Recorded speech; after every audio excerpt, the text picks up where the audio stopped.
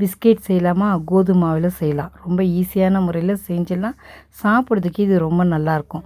ரொம்ப மொறுமொறுன்னு இருக்காது, ஆனால் சாப்பிட இது ரொம்ப நல்லாயிருக்கும். இதை எப்படி செய்யறதுன்னு பார்க்கலாம். அதுக்கு தேவையான பொருட்கள்லாம் பார்த்துடலாம். கோதுமை, பால், 4 பொருள் வச்சு பிஸ்கெட் செஞ்சிடலாம்.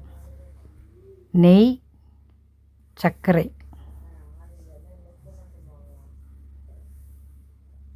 சர்க்கரையை எடுத்து ஒரு ஜாரில் அரைச்சிருங்க. பவுட்ரு பண்ணி எடுத்துகிட்டு வந்துடலாம். இந்த மாதிரி பவுட்ரு பண்ணி எடுத்துகிட்டு வந்துடுங்க.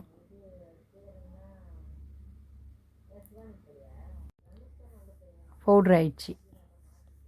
இப்போ நம்ம எப்படி செய்கிறதுன்னு பார்க்கலாமா. ஒரு பாத்திரம் எடுத்துக்கோ, சர்க்கரையை கொட்டிடுங்க. பாத்திரத்தில் சர்க்கரை சேர்த்துருங்க. கோதுமை மாவு சேர்த்துருங்க.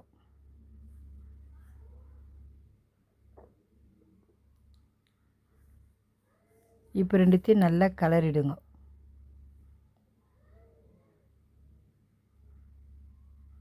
நல்லா இதை மாதிரி கலரிடுங்க. கலரி பிசைஞ்சிக்கலாம். இப்போ நெய் கொஞ்சம் ஊற்றிடலாம். அதையும் சேர்த்து இதில் நல்லா கலரிடலாம். நல்லா இது மாதிரி கலரிடுங்க. இப்போ நம்ம பாலை ஊற்றி கொஞ்சம் கொஞ்சமாக பிசையணும். சப்பாத்தி மாவு பிசைகிற மாதிரி பிசைஞ்சிக்கலாம். நல்லா இது மாதிரி பிசைஞ்சிங்க. இன்னும் கொஞ்சம் பாலை ஊற்றி பிசைஞ்சிக்கலாம். கொஞ்சம் திக்காக இருக்குது, கொஞ்சம் பால் ஊற்றி பிசைஞ்சிக்கலாம்.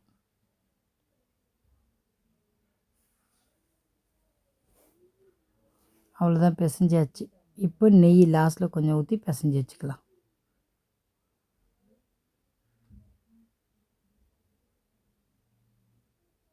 நெய்யை ஊற்றி நல்லா பிசைஞ்சிடலாம். இது மாதிரி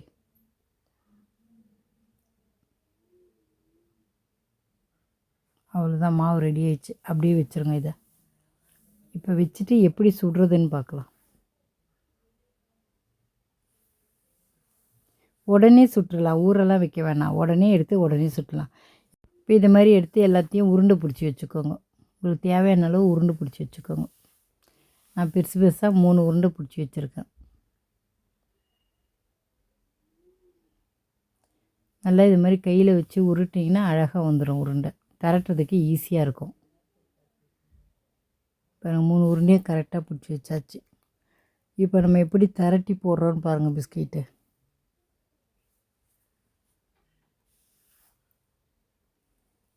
இது மாதிரி மாவு தொட்டுவிட்டு சப்பாத்தி திரட்டுற மாதிரி திரட்டிக்கலாம்.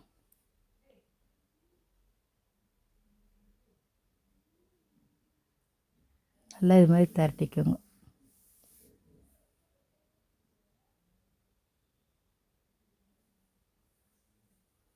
இப்போ நம்ம பிஸ்கெட் எப்படி செய்யுதுன்னு பார்க்கலாம். எப்படி கட் பண்ணுறதுன்னு காமிக்கிறேன்.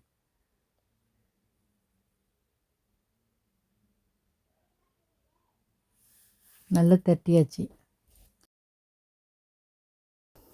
இப்போ நம்ம ஏதோ ஒரு கிண்ணம் ஏதாவது ஒன்று கட் பண்ணுறதுக்கு எடுத்துக்கலாம்.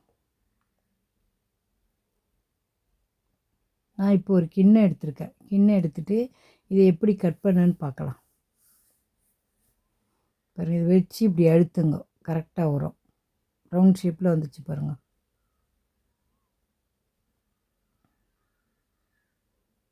பாருங்கள், அழகாக வந்துடுச்சு. கிண்ணம் வச்சு தட்டினோன்னே எல்லாத்தையும் அதே மாதிரி கட் பண்ணி எடுத்துக்கோங்க.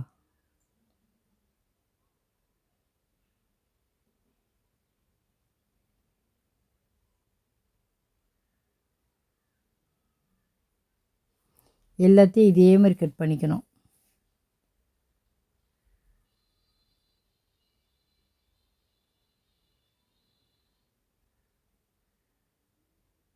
பாருங்கள், எவ்வளோ அழகாக இருக்குல்ல. கட் பண்ணால் ரவுண்ட் ஷேப்பாக வருது. இது மாதிரி வச்சு கிண்ணம் வச்சு எல்லாத்தையும் கட் பண்ணி எடுத்துக்கோங்க.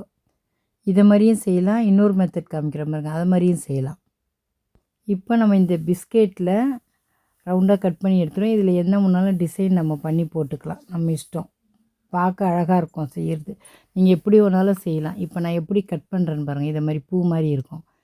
ஒரு கத்தியை வச்சு இப்படி ஒரு கோடு, இப்படி ஒரு கோடு, நடுவில் இப்படி ஒரு கோடு, இந்த சைடு ஒரு கோடு, இந்த மாதிரி போட்டுக்கோங்க. இது பார்க்க அழகாக இருக்கும். பாருங்கள், அது வச்சுட்டு நடுவில் எப்படி இருக்குது பாருங்கள், அழகாக இருக்கும் பார்க்குறது பிஸ்கெட்டு. பார்த்தீங்களா, அழகாக இருக்குது பார்த்தீங்களா? எல்லாத்தையும் ஒவ்வொரு டிசைனில் நம்மளே போட்டுக்கலாம். திருப்பியும் அதே மாதிரி கத்தி வச்சு இதுவும் அதே டிசைன் தான் போகுது. இது எப்படி போடுறாங்க பார்ப்போம்.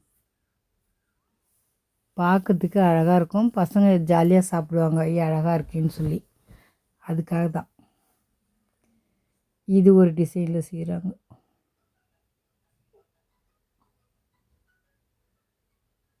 இதுவும் நல்லாயிருக்கு பார்க்குறதுக்கு. நீங்களும் எதை மாதிரி ஒன்றாலும் போட்டுக்கோங்க, டிசைன் அழகாக போட்டு இதை மாதிரி எடுத்து வச்சுக்கோங்க. இதுவும் அழகாக இருக்குது பார்க்க. அடுத்தது என்ன டிசைன் தெரியல. எல்லாம் ஒவ்வொரு டிசைனில் போட்டு செய்கிறாங்க.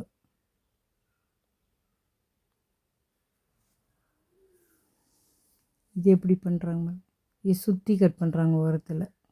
இது ஒரு மாதிரி அழகாக இருக்குது பாருங்கள் பிஸ்கெட்டு. பார்க்க எல்லாமே அழகாக இருக்குது. நீங்களும் இதே மாதிரி பண்ணுங்கள். நான் என்ன பண்ணுறேன்னா அதே மாதிரி பண்ணுங்க. இதுவும் பார்க்க அழகாக இருக்குது.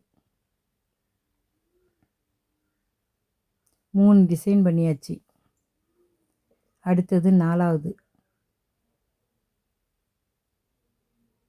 இப்போ என்ன டிசைன்? ஜல்லிக்கரண்டி. ஜல்லிக்கரண்டி வச்சு அப்படி எடுத்துனா அது ஒரு டிசைன். இப்போ 5வது. இப்போ கரண்டியை வச்சு இது மாதிரி எடுத்துறாங்க. பாருங்கள், இது ஒரு டிசைனாக வருது. நல்லா அழுத்திட்டா கரெக்டாக வந்துடும் டிசைன். நல்லா அழுத்திடுங்க வச்சு. இது ஒரு டிசைன். இதுவும் பார்க்க அழகாக இருக்குது.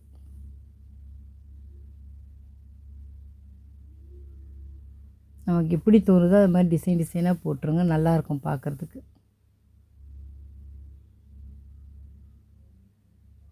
பாருங்கள், இதுவும் அழகாக இருக்குது.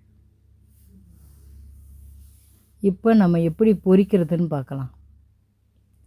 ஒரு கடாய் வச்சுட்டு எண்ணெய் ஊற்றிக்கோங்க.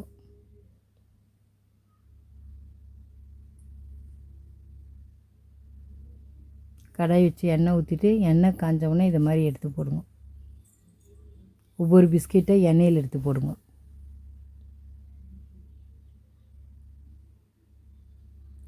பூரி மாதிரி இருக்கும்லாம் நினைக்காதீங்க, இது சாப்பிட்றதுக்கு ரொம்ப நல்லாயிருக்கும். பூரி மாதிரிலாம் இருக்காது, இது ரொம்ப நல்லாயிருக்கும் சாப்பிட. பசங்களுக்கு ரொம்ப பிடிக்கும் இது சாப்பிட. சாப்பிட்றதுக்கு ரொம்ப டேஸ்ட்டாக இருக்கும் இது சாப்பிட. பார்க்க பிஸ்கெட் மாதிரியே இருக்குல்ல.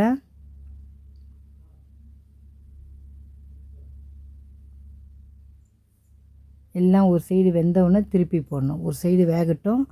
ஸ்லோ பண்ணி வேக வைங்க. வேகமாக வச்சிங்கன்னா தீஞ்சிரும். இதை பாருங்கள், வேகமாக வச்சா தீஞ்சிரும். இது மாதிரி பொறுமையாக ஸ்லோ பண்ணி செய்யுங்க.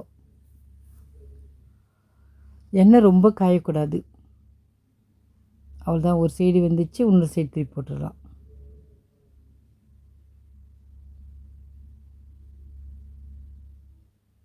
இப்போ கையில் பாருங்கள், சப்பாத்தி மாதிரி திரட்டிட்டு செஞ்சோம். இப்போ உருண்டை பிடிச்சிட்டு உள்ளங்கையில் வச்சு அழுத்திட்டோம்னா இதை மாதிரி வந்துடும். பாருங்கள், ரவுண்ட் ஷேப்லேயும் வந்துடும். அப்படியே கையிலே வச்சு அழுத்தலாம். இப்போ இது ஒரு டிசைன் போடுறாங்க. அதை போட்டு நம்ம திரட்டி போட்டோம். இப்போ இதை மாதிரி ஒன்று போடலாம். இதுவும் ஈஸி தான். கையிலே வச்சு உருண்டை பிடிச்சி டக்கு டக்குன்னு கையில் அழுத்திடலாம். பாருங்கள், அதே மாதிரி தான் வருது பாருங்கள். இதுவும்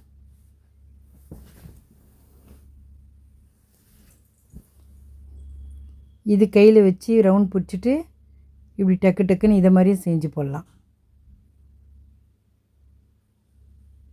திரட்டிட்டு செஞ்சால் இது மாதிரியும் செஞ்சு சீக்கிரமாக போட்டுடலாம். இப்போ எல்லாத்தையும் எடுத்து எண்ணெயில் போட்டுடலாம்.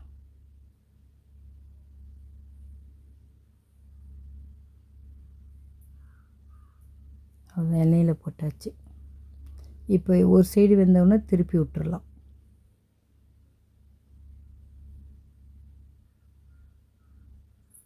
நல்லாயிருக்கும் இது சாப்பிட்றதுக்கு.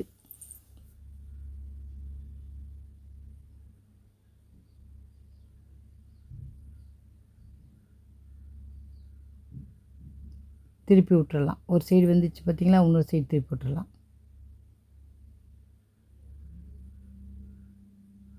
அவ்வளோதான், வெந்துடுச்சு.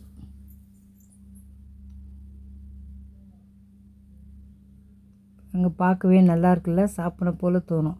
நீங்களும் இதேமாரி செஞ்சு சாப்பிட்டு பாருங்கள்.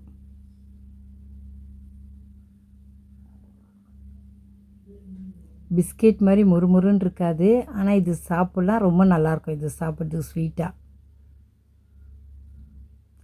டேஸ்ட்டு ரொம்ப நல்லாயிருக்கும். இது சாப்பிட நீங்கள் செய்து இது மாதிரி சாப்பிட்டு பாருங்கள். Chapati biscuit ready. அவ்வளோதான், எல்லாம் வெந்துடுச்சு. இப்போ எல்லாத்தையும் எடுத்துடலாம்.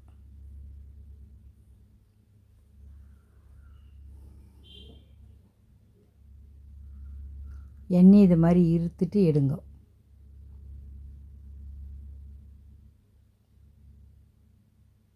எல்லாம் வெந்துடுச்சு.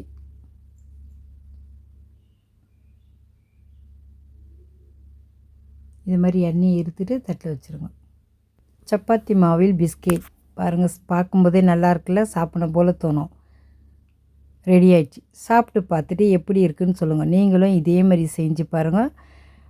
கடையில் விற்கிற மாதிரி முறுமுறுன்னு இருக்காது, ஆனால் இந்த பிஸ்கெட் சாப்பிட்லாம். ரொம்ப நல்லாயிருக்கும் சாப்பிட்றதுக்கு. நீங்களும் இதே மாதிரி செஞ்சு பாருங்கள். சாப்பிட்றதுக்கு இது உண்மையிலே ரொம்ப நல்லாயிருக்கும். எல்லோரும் விரும்புவாங்க இதை சாப்பிட்றதுக்கு. வீட்டில் இருக்க பொருளை வச்சு நான் பிஸ்கெட் செஞ்சுட்டேன். அதே மாதிரி நீங்களும் வீட்டில் இருக்க பொருளை வச்சு செஞ்சு சாப்பிட்டு பாருங்கள். இது சாப்பிட்றதுக்கு நல்லாயிருக்கும். கடையில் வாங்குகிற பிஸ்கெட் மாதிரி இருக்கும்னு நினைக்காதீங்க, ஆனால் இது சாப்பிட ரொம்ப நல்லாயிருக்கும். சாப்பிட்டு பார்த்துட்டு எப்படி இருக்குதுன்னு சொல்லுங்கள்.